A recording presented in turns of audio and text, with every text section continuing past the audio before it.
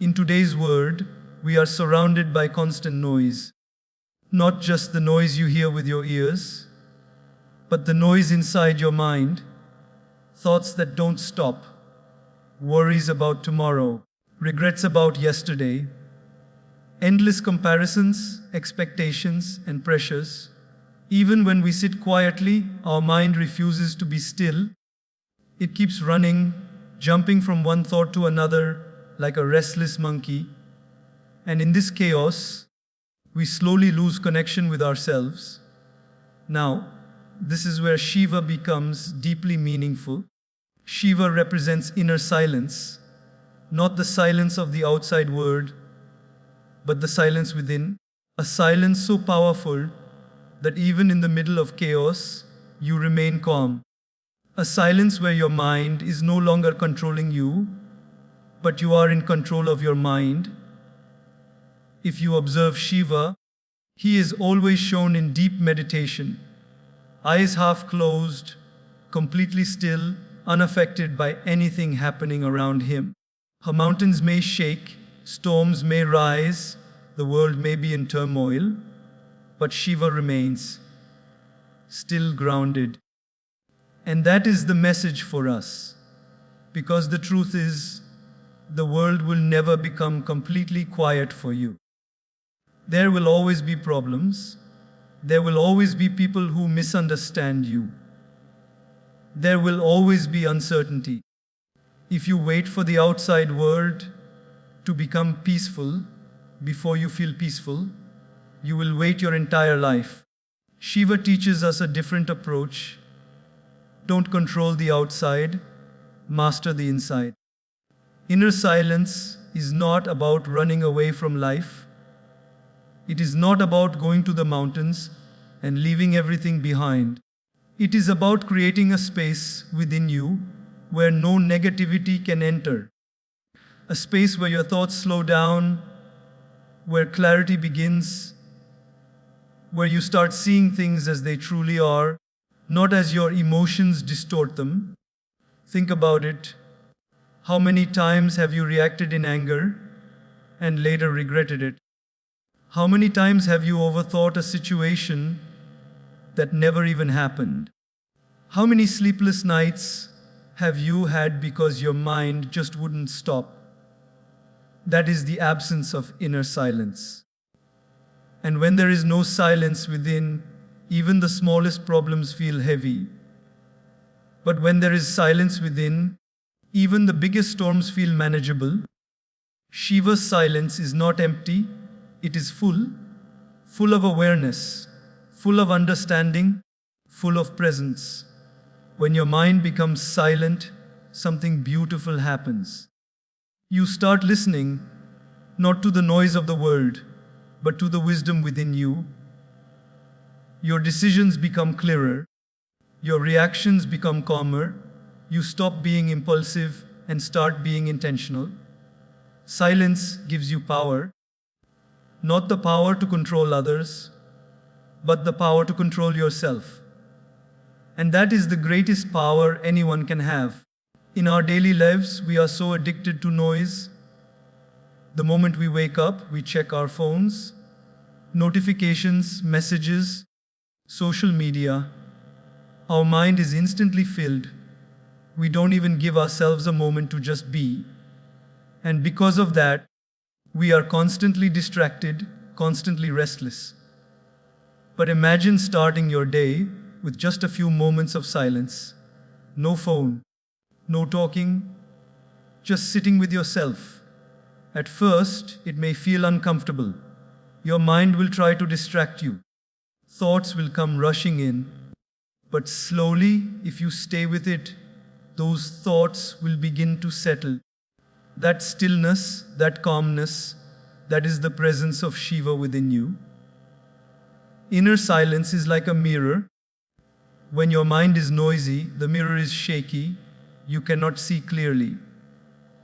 But when your mind becomes still, the mirror becomes steady, and you see your true self. And once you see your true self, you stop seeking validation from the world. You stop depending on others for your happiness. You become complete within yourself. This is why Shiva sits alone, yet is complete. Detached, yet deeply connected. Silent, yet full of wisdom. Because silence is not weakness. Silence is strength. It takes strength to stay calm when everything around you is chaotic. It takes strength to not react when you are provoked. It takes strength to sit with yourself and face your own thoughts. And that is the journey Shiva invites you to take. Not a journey outside, but a journey within. So the next time your mind feels overwhelmed, pause, take a deep breath, close your eyes, and just sit in silence, even if it's for a few moments. Because in that silence, you will not just find peace, you will find yourself. When we hear the word destruction, it often creates fear in our minds. We imagine loss, endings, pain, something being taken away from us. We associate destruction with something negative, something we want to avoid at all costs. But what if destruction is not the enemy? What if destruction is actually the beginning of something new? This is where the deeper meaning of Shiva comes into our lives. Shiva is often called the destroyer, but he is not the destroyer of life. He is the destroyer of illusion, the destroyer of ego, the destroyer of everything that is false within us. And when these things are destroyed, what remains is truth. Think about it carefully. In nature, destruction and creation always go together. When a seed breaks open, only then does a plant begin to grow. When old leaves fall, new ones take their place. When night ends, a new day begins.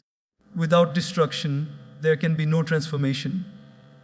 But in our lives, we resist this process.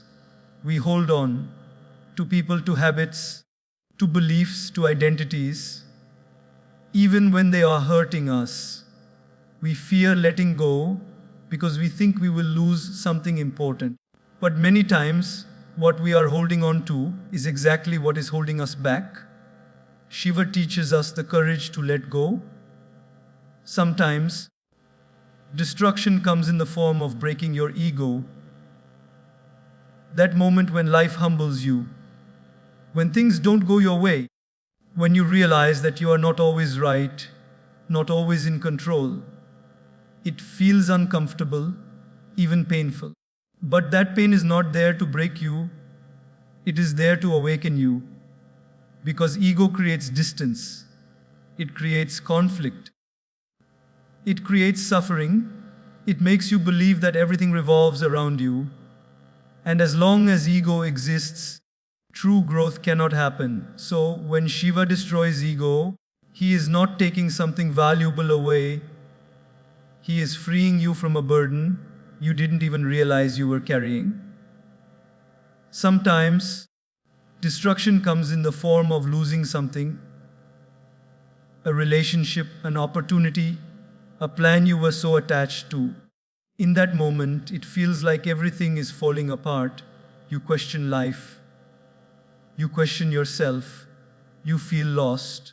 But look deeper.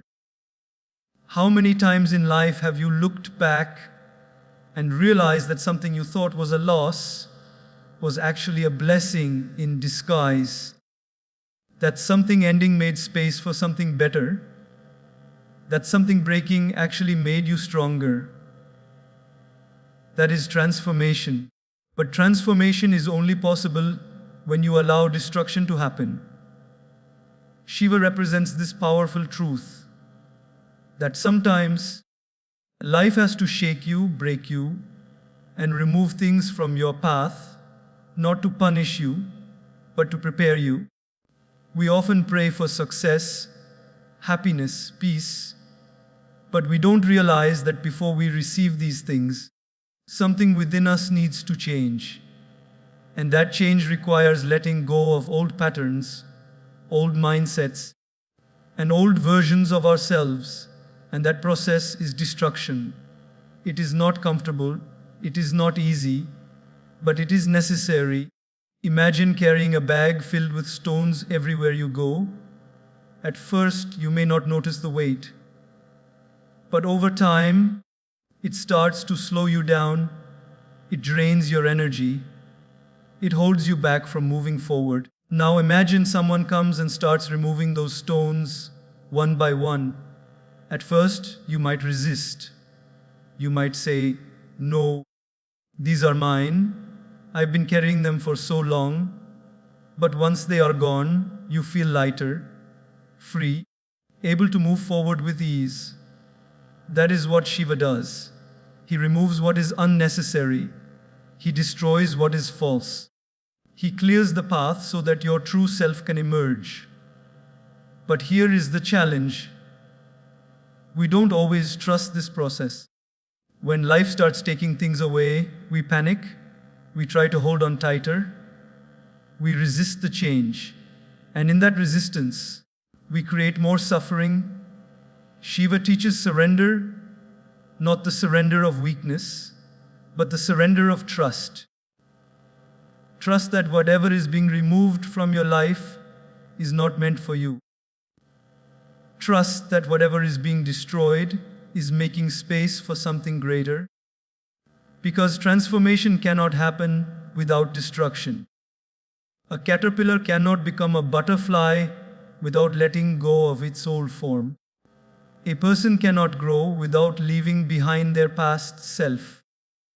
You cannot step into a new life while holding on to everything from the old one.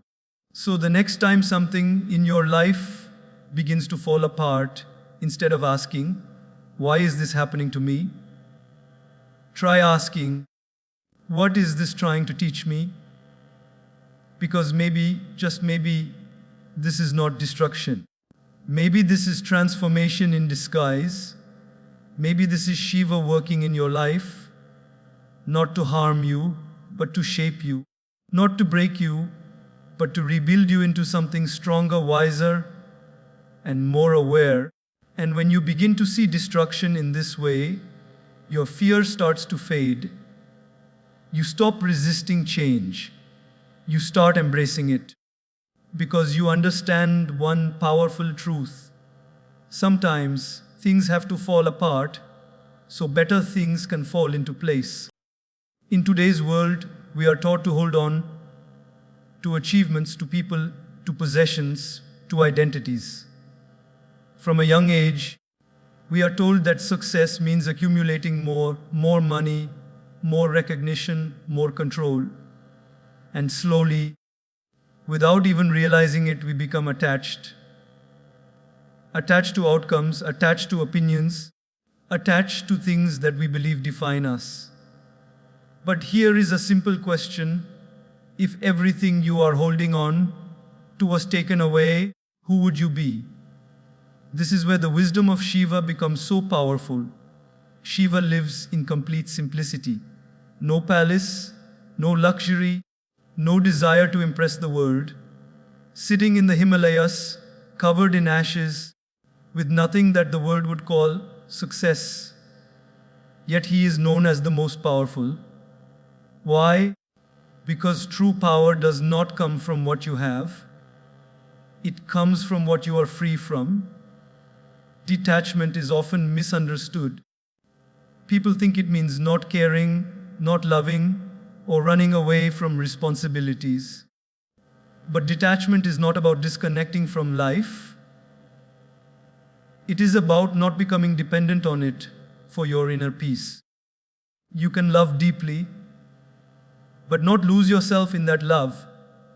You can work hard, but not let your worth depend on the result. You can enjoy success, but not let it define who you are.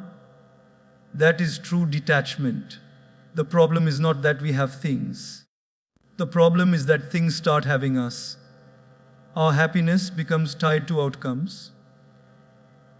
If this happens, I'll be happy. If I get this, I'll feel complete. And when life doesn't go according to our expectations, we suffer. Think about how many times your mood has changed because of something external. Someone didn't reply to your message. A plan didn't work out. Someone said something negative. Suddenly, your peace is gone. Why? Because your peace was never yours, it was dependent. Shiva teaches us to break this dependency. When you are detached, you don't stop living, you start living more freely. You stop being controlled by situations. You stop reacting to everything. You become stable, grounded, and calm, no matter what is happening around you. Imagine being in a storm, but instead of being thrown around by the wind, you stand firm like a mountain. The storm may come and go, but you remain steady. That is the strength of detachment. Detachment also gives you clarity. When you are too attached to something, your judgment becomes clouded. You make decisions based on fear, insecurity, or desire. But when you are detached, you can see things as they truly are. You make better choices, not emotional reactions. It is like holding sand in your hand. If you grip it too tightly, it slips away. But if you hold it gently, it stays. The same is true for life. The more you try to control everything, the more you lose. But when you learn to let go, things begin to flow naturally. Shiva's life is a reminder that you don't need external validation to feel complete. You don't need approval from the world to know your worth. When you are detached, you become independent, not in isolation, but in strength. And this independence brings a deep sense of freedom. Freedom from expectations. Freedom from fear of loss. Freedom from constant overthinking. Because when you are detached, you understand one simple truth. Nothing in this world is permanent. Everything you have today can change tomorrow. People may come and go. Situations may rise and fall. And if your happiness is tied to these changing things, your peace will always be unstable. But when your happiness comes from within, nothing outside can disturb it. This does not mean you stop caring. In fact, you start caring in a healthier way. You give without expecting. You love without controlling. You work without being obsessed with the result. And that is where true freedom lies. Many times, we suffer not because of what is happening, but because of our attachment to how things should happen. We create expectations in our mind, and when reality doesn't match the expectations, we feel disappointed. Detachment helps you accept life as it is, not as you want it to be, and acceptance brings peace. Look at Shiva again. He is calm, composed, untouched by the chaos of the world, not because life is easy for him, but because he is not attached to the ups and downs. He flows with life. And when you learn to flow with life, instead of resisting it, everything changes. You stop fighting reality. You stop exhausting yourself trying to control every outcome. You start trusting the process. Detachment is not about losing life. It is about gaining control over yourself. It is about realizing that you can experience everything without becoming a slave to anything. So the next time you feel overwhelmed, ask yourself, what am I holding on to too tightly? Is it an expectation, a fear, a need for control? And slowly, gently let it go. Because the moment you let go of what you don't need, you make space for peace. And in that peace, you truly begin to live. Life is full of opposites. Happiness and sadness, success and failure, love and pain, calmness and chaos, and most of the time, we are comfortable only with one side of life. We want happiness, but we resist sadness. We chase success, but we fear failure. We want peace, but we try to avoid challenges. And in this constant push and pull, we become restless. This is where the deeper understanding of Shiva opens a new perspective. Shiva represents the perfect balance of opposites. He is both and powerful. He is deeply meditative, yet capable of intense energy. He is detached from the world, yet fully present in it. He carries both stillness and dynamism within him at the same time. And that is the lesson. Life is not about choosing one side, it is about learning to balance both. If you observe closely, every aspect of Shiva's form carries this message. The calm face represents peace, while the third eye represents immense power and destruction. The river Ganga flows gently from his head, symbolizing purity and life, while the serpent around his neck represents danger and fearlessness. He sits in stillness, yet he is also known for the cosmic dance, the dance of creation and destruction. All these are not contradictions, they are complements. But in our lives, we often struggle with this balance. When things are going well, we become too attached to happiness. We want it to stay forever. And the moment something goes wrong, we feel broken. On the other hand, when we face difficulties, we start believing that life is unfair, that nothing good will come. We swing from one extreme to another. Shiva teaches us stability. He teaches us that both light and darkness are part of life. You cannot have one without the other. Just like day cannot exist without night, joy cannot exist without pain. And instead of resisting one side, we must learn to accept both. Because the moment you accept both sides, you stop being controlled by them. Balance means not getting carried away by success and not getting destroyed by failure. It means staying grounded when things go right and staying hopeful when things go wrong. Think about it. How often do we lose ourselves in extremes? When we are happy, we forget that it is temporary. When we are sad, we forget that it will pass. We react too strongly, feel too deeply, and often lose control over our emotions. But balance brings awareness. When you are balanced, you experience everything, but you are not consumed by anything. You feel happiness, but you don't become dependent on it. You face pain, but you don't let it define you. This is inner strength. Shiva's balance also teaches us how to handle our own nature. Inside every human being, there are opposing forces. There is anger and compassion. There is fear and courage. There is desire and contentment. And many times, we try to suppress one side completely. We think anger is bad, so we try to eliminate it. We think fear is weakness, so we try to hide it. But the truth is, these emotions are not enemies. They are energies. Balance does not mean removing them. It means understanding them, controlling them, and using them wisely. For example, anger, when uncontrolled, can destroy relationships. But when used with awareness, it can help you stand up for what is right. Fear, when overwhelming, can stop you from moving forward. But when understood, it can protect you from danger. Balance is not about being perfect, it is about being aware. Shiva's third eye is a symbol of this awareness.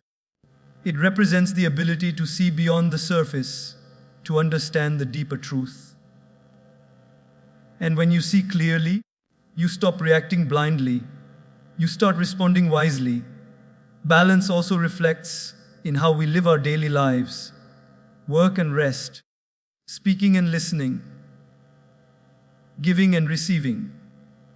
Many people struggle because they focus too much on one side and ignore the other. Some people work so much that they forget to rest. Others seek comfort so much that they avoid effort. Some talk endlessly but never listen. Others stay silent when they need to speak. And in this imbalance, life becomes stressful. But when you bring balance, life becomes harmonious. You work hard, but you also take time to recharge. You express yourself, but you also listen to others. You give your best, but you also accept what comes. This harmony creates peace. Look at nature again. Everything is balanced. The seasons change in rhythm. The tides rise and fall. There is a natural flow. And whenever this balance is disturbed, there is chaos. The same is true for our inner world.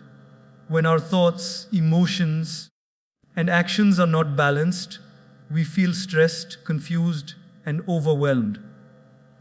But when we bring balance, everything starts to settle. Shiva reminds us that balance is not something you achieve once and keep forever. It is something you practice every day. It requires awareness, patience, and effort. There will be moments when you lose your balance, and that's okay. What matters is that you come back to it slowly, gently, consistently. Because the more balanced you become, the more stable your life becomes. You stop being affected by every small thing. You stop reacting impulsively. You become calm, composed, and centered. And in that centered state, you find peace. Not a temporary peace that depends on situations, but a deep, lasting peace that comes from within. That is the power of balance. That is the message of Shiva. There is one enemy in our life that is invisible, silent, and yet incredibly powerful. It doesn't come from outside. It doesn't attack us physically, but it slowly controls our thoughts, our actions, and even our relationships. That enemy is ego. Ego is not always loud. Sometimes it hides behind confidence. Sometimes it disguises itself as self-respect. And sometimes it quietly whispers, "You are better than others. You are always right. You deserve more." And before we realize it, this small voice starts controlling how we see the world. This is where the deeper teaching of Shiva becomes so important. Shiva represents the complete absence of ego. Despite being one of the most powerful forces in existence, there is no arrogance, no pride, no need to prove anything. He sits in silence, untouched by praise or criticism. He does not seek validation because he knows who he truly is. And that is the lesson for us, because ego creates distance, distance between you and others, and more importantly, distance between you and your true self. Think about it. How many arguments happen not because of the situation, but because of ego? Two people unwilling to listen, both trying to prove they are right. How many relationships suffer because someone cannot say a simple, "I'm sorry," not because they don't feel it, but because their ego won't allow it. Ego turns small issues into big problems.